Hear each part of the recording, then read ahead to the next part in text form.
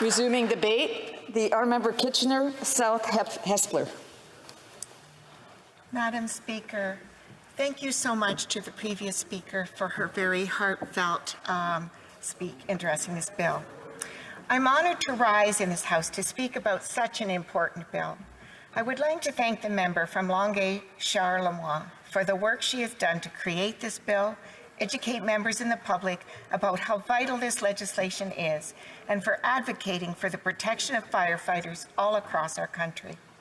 I would also like to thank the International Association of Firefighters, the Canadian Association of Fire Chiefs, the Kitchener Professional Firefighters Association, and the Cambridge Professional Firefighters Association for the work they have done lobbying for support for this bill and for the work they do every day to keep us safe. The importance of Bill C-224, an act to establish a national framework for the prevention and treatment of cancers linked to firefighters, cannot be overstated. All across the country, from coast to coast to coast, firefighters put themselves in harm's way for the safety of others. They regularly enter unknown and unfamiliar situations that pose an immediate danger to the public. But long after the situation has passed, the long-term and lasting effects of their service are also largely unknown. As members of Parliament, we have a moral obligation to do everything in our power to protect those who so selflessly protect us and those we represent in this House.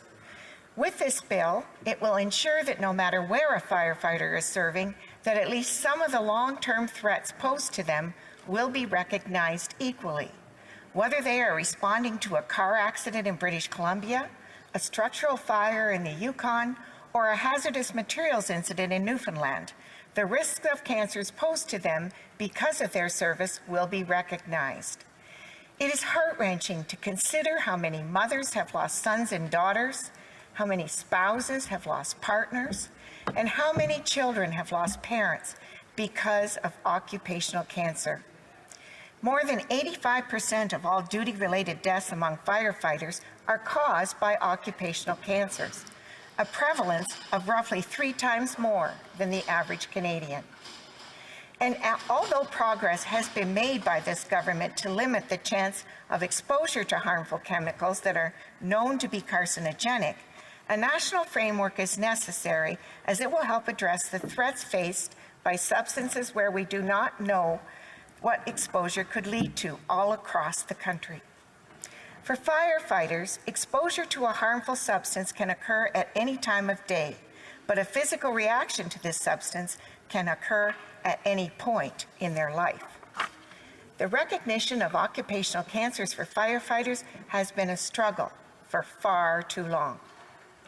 In the city of Kitchener, in March of 1987, Kitchener firefighters were called to a structural fire. It was a large fire that occurred at a local manufacturing company. Multiple alarms were called. There were only 2 units in the entire city that were not at the fire at one point or another. Some of the witnesses at the scene described smoke and flame that was every color of the rainbow. The blaze continued through the night and into the following morning until it was finally extinguished. In total, 69 firefighters took part in fighting this fire. At the time, the fire marshal reported that there were no significant injuries from the incident. The only exception to this was Captain Ed Staley, who went to the hospital as he had a green appearance, which turned out to be nothing more than green dye used in the manufacturing of Oasis floral foam. What no one knew at the time was that while just seemed like a busy night for a mid-sized fire department, the exposures to the chemicals used in the manufacturing of this foam would have tragic consequences for years to come. It only took 2 years for firefighters to begin dying of cancer caused by their participation in this fire, with several fathering children with birth defects. Dave Ferretti was the first to pass, and tragically not the last, dying only 6 weeks after being diagnosed with primary liver cancer. He was 32 years old. Those who tended the fire experienced a wider range of physical ailments, with 23 of the 69 firefighters either getting cancer or Parkinson's disease. For decades, Kitchener firefighters fought to have their voices heard about the effect that this fire had on their lives and the lives of loved ones. While many studies have now shown the correlation between cancers and firefighting, this has not always been the case. And even now, the recognition of cancers is clearly not equal. This is a tragic story that happened in my community, but there are stories just like this in communities all across this country. Recently, I met with two local firefighter unions, the Kitchener Professional Firefighters Association and the Cambridge Professional Firefighters Association, to discuss this bill. The president of the Cambridge Union, Steve MacArthur, captured the sentiment of this bill perfectly, stating that every firefighter knows someone affected by occupational cancers. Every firefighter. Not just firefighters in Kitchener or Cambridge, not just firefighters in Ontario, but every single firefighter across Canada. In fact, mere weeks after saying this, Cambridge firefighters lost one of their brothers to cancer. Many provinces, such as Manitoba and the Yukon Territory, have almost 20 cancers recognized as being linked to firefighting. Others are very behind, with some recognizing as few as 6. A national framework will also promote research and information sharing so that the lessons learned from one tragic experience may result in it never occurring again in Canada.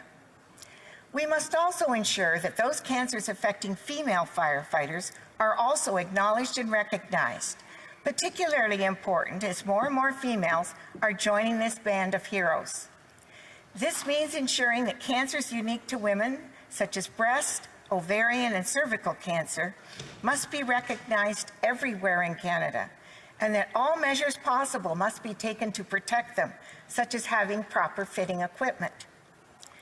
While we debate many subjects in this House, I hope the need for occupational cancers to be recognized equally, no matter where firefighters serve, is not debatable. This bill is not some abstract policy proposal. This is a bill that has many faces and many names. Those who have served, those who continue to serve, and those we have tragically lost. From 2012 to 2021, 400 Canadian IAFF members got cancer as a direct result of their duties.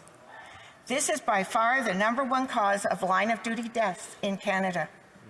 We must do more to prevent firefighters from getting cancer and to treat those who do get cancer. People often think of the greatest threat facing firefighters is something they can see: a burning building, fallen debris, raging water. But it's more often the things we can't see.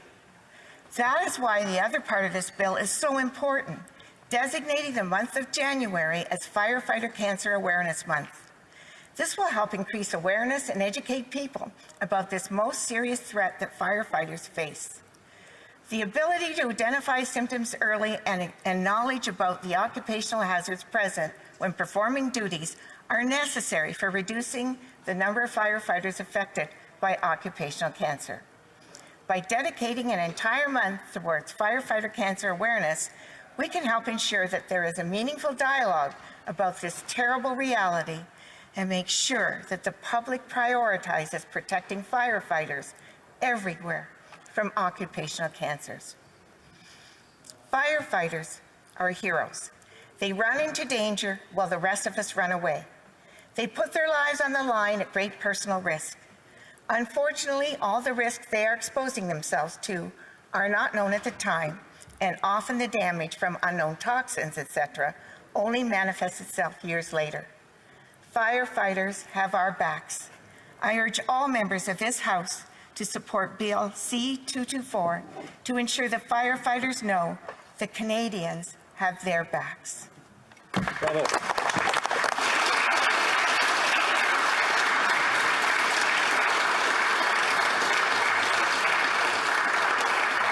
Resuming debate.